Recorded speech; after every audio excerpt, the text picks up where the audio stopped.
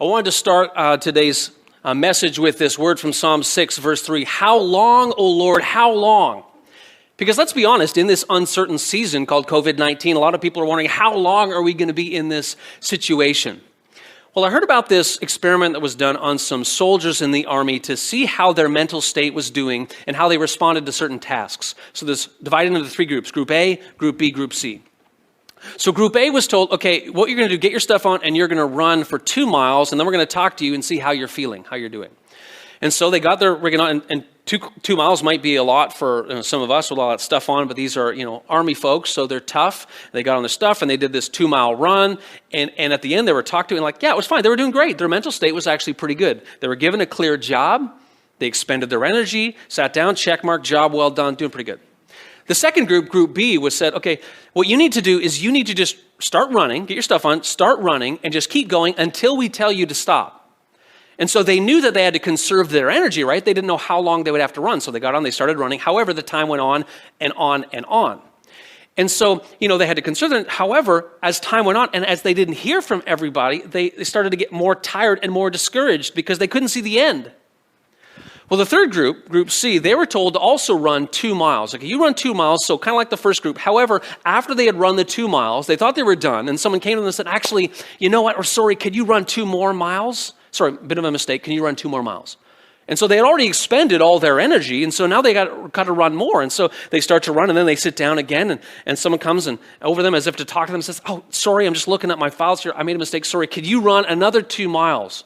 And so they don't have any more energy left. They've expended it all, right? Because they didn't know that they had to keep on running. And so they're really discouraged and more fatigued, even more than the second group. So the reason I share that illustration today and the reason why I think it's helpful is because that's how a lot of people are feeling in this uncertain season. They are feeling tired and discouraged. Right? So like that second group, it's like, how long is this whole uncertain season going to go on? They don't really know. And that's discouraging. That's fatiguing in your life. Or some people feel like that troop in Group C, and they're running this thing, and maybe now that physical distancing limitations are maybe going to start to change a little bit, or maybe as the economy starts to reopen, that okay, things are changing a little bit, but they don't know the nature of that change. They hear something about a second wave of something, so they're worried they're going to be in this situation again, and so it's as if their progress forward feels somewhat stunted, and they too are tired and discouraged. Can you relate to that? Well, this message is specifically about how we approach these uncertain seasons wherein we might be feeling discouraged and particularly tired. And what we're going to do is we're going to look for God's wisdom to us, his stabilizing, dependable, trustworthy wisdom to us through the lens of one of the most famous passages from the Bible about changing seasons and uncertain seasons. Ecclesiastes chapter 3, for everything there is a season, a time for every matter under heaven.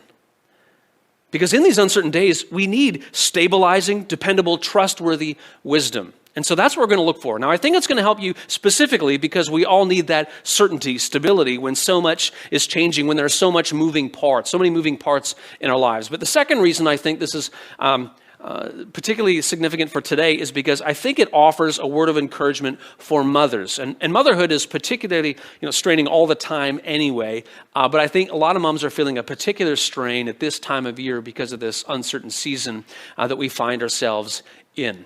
So let's look to Ecclesiastes 3 for some stabilizing, dependable, enduring wisdom from God. So let's go through the text together.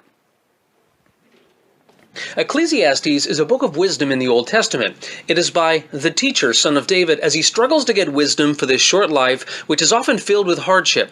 He seems to be writing to people who are skeptical and who question the meaning of their difficult lives and who wonder if life makes any sense.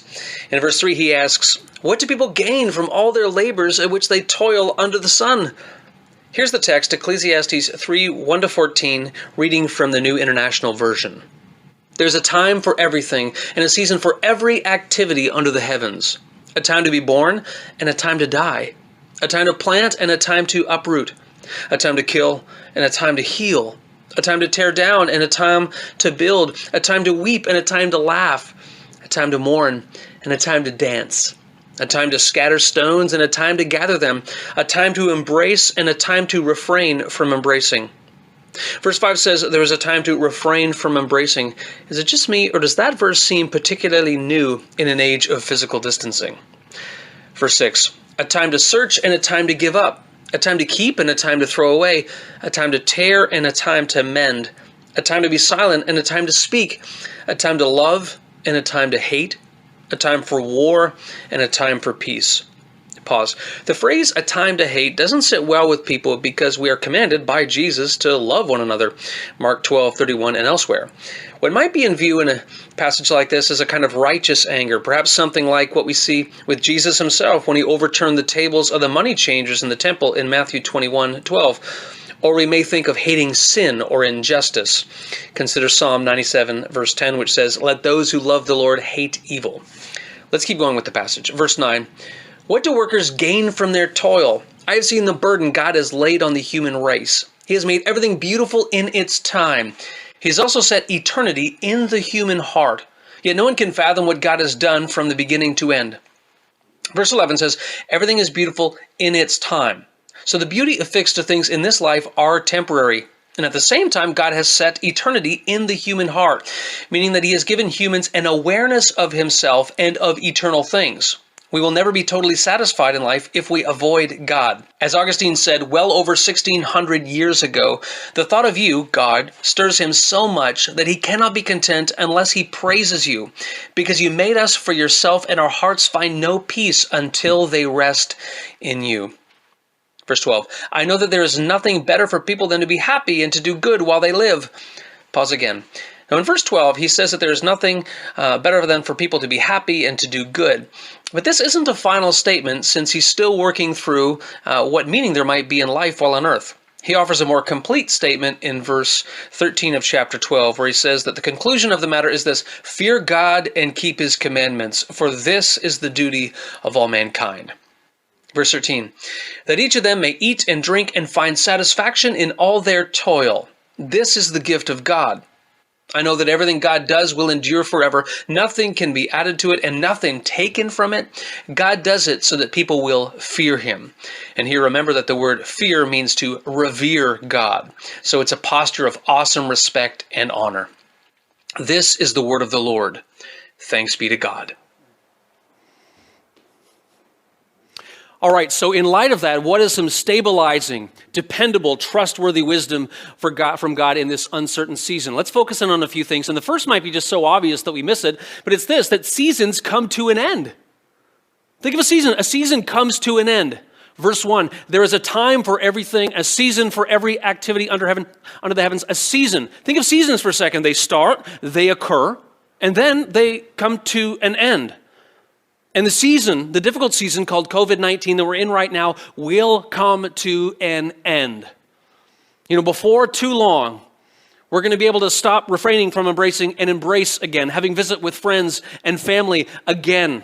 Workplace situations will be more stable than they are now. We're going to be going through these different things that we maybe took for granted before. We're going to be able to go to a park or celebrate school accomplishments or go to a concert and think, wow, this is so amazing. Seasons come to an end. This season will come to an end in its difficulty. Here's the second bit. There is meaning in the minutia. What does the text say?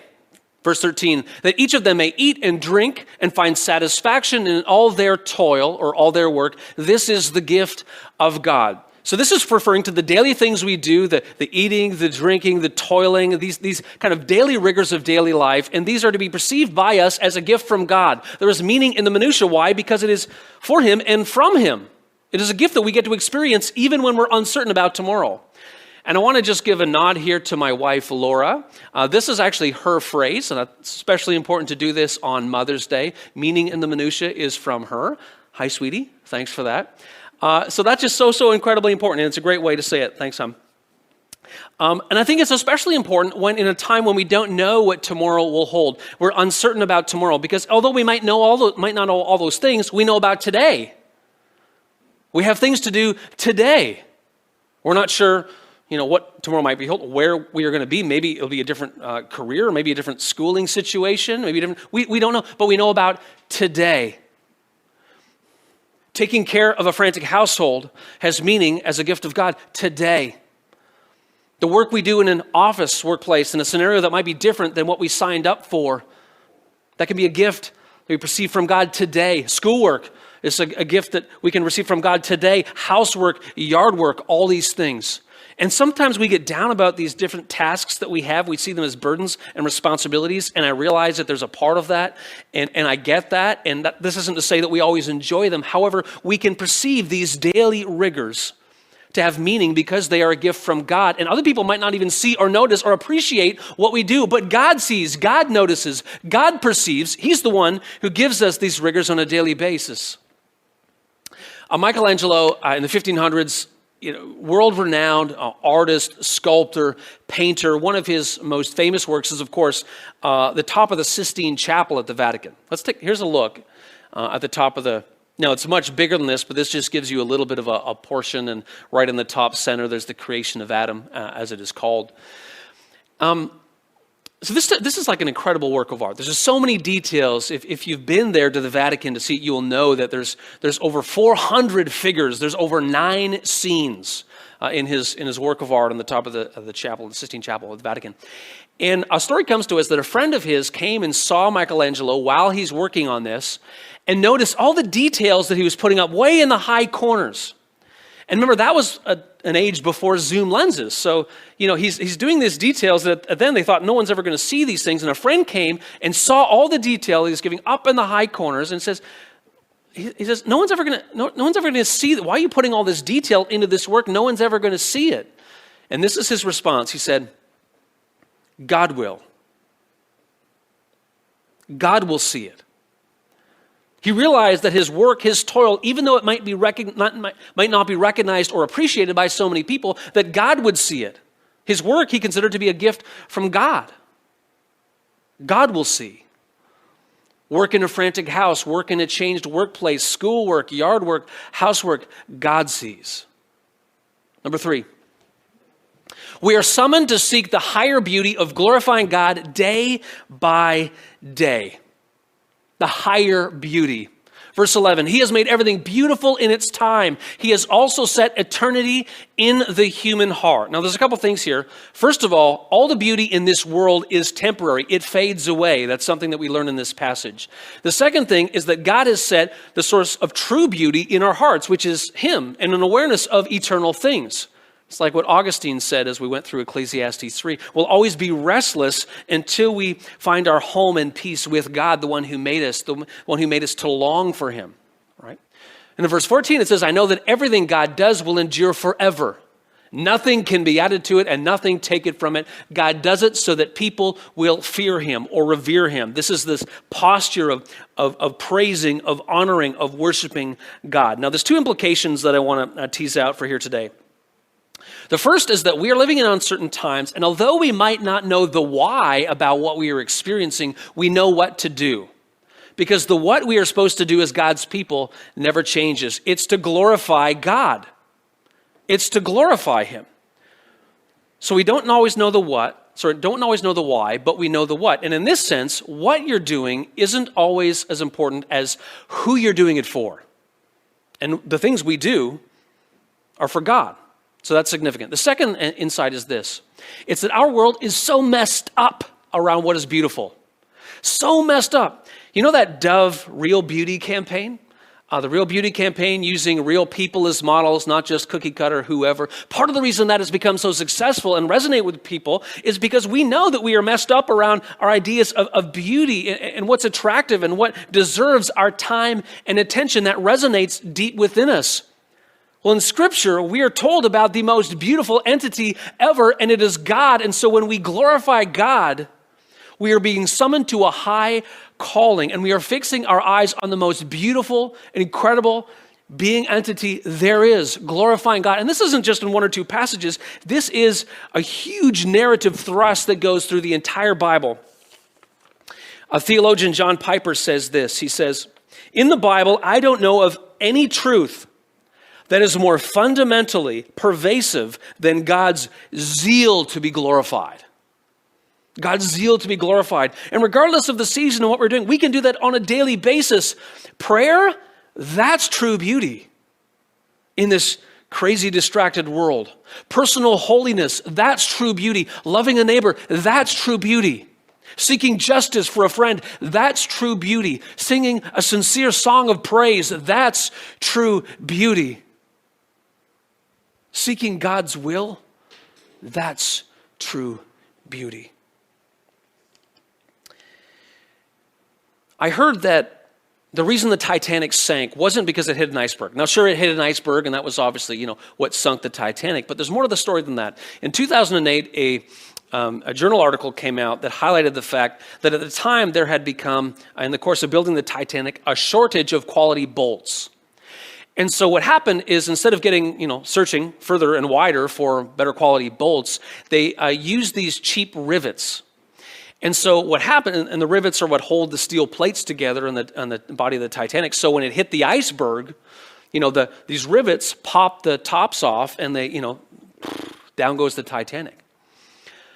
Well, friends, I'm here to tell us today that we are not being held together in this storm, in this uncertain season by anything that is cheap or fake or inauthentic. We are being held together by the real deal. Lord God the Almighty, as he is made known to us in the person of Jesus Christ.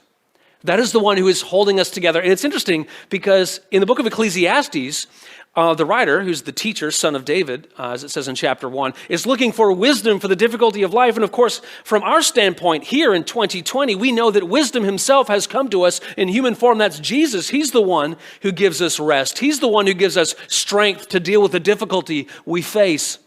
He is the one who gives us guidance. He's the one who gives us love and truth and holiness. He is the one who gives us peace forever with God. He is the one who gives us that stabilizing, dependable, certain and trustworthy wisdom for the living of life. And through Ecclesiastes 3, here's what we've seen. There is a time for everything. Seasons come to an end, and this one will. There is meaning in the minutiae. Why? Because the toils and the trials and the hard work that we engage in on a daily basis can be considered as something that we will offer to God. We are summoned to seek the higher beauty of glorifying God day by day. Friends, trust in the good news that Christ is the righteous one for the rebellious, for us. He gives us peace with God. He gives us this strength. He gives us this hope, and he gives us the wisdom for living in uncertain days. Seasons come to an end. There is meaning in the minutiae. We are summoned to seek the higher beauty of glorifying God day by day. Thanks be to God through Christ our Savior. Amen.